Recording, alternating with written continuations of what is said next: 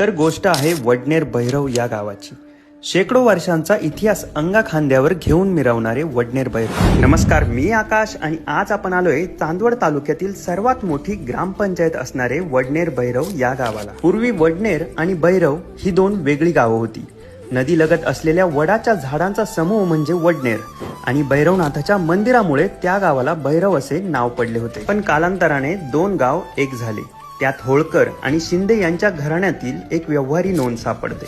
पुण्यश्लोक अहिल्याबाई होळकरांनी भैरवनाथाच्या मंदिराचा जीर्णोद्धार केला।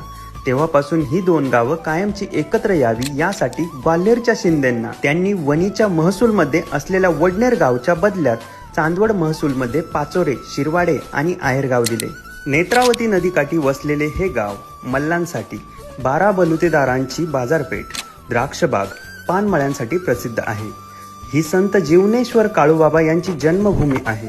त्यांची समाधी आणि आश्रम वडनेर शिरवाडे रस्त्याला बघायला मिळतो। पूर्वी या गावात सतत दरोडे पडत असल्याने शके 1910 पासून इथे पोलीस स्टेशन होते।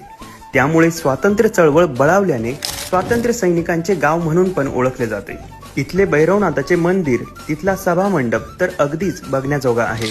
मंदिराचा मूळ गाभारा दगडी आहे। त्यात भैरवनाथ जोगेश्वरीचा राळ्याच्या लुकनने बनवलेला मुखवटा आहे। मंदिराजवळ रथाचे अवशेष बघायला मिळतात। तर गोष्ट आहे वडनेर भैरव या गावाची।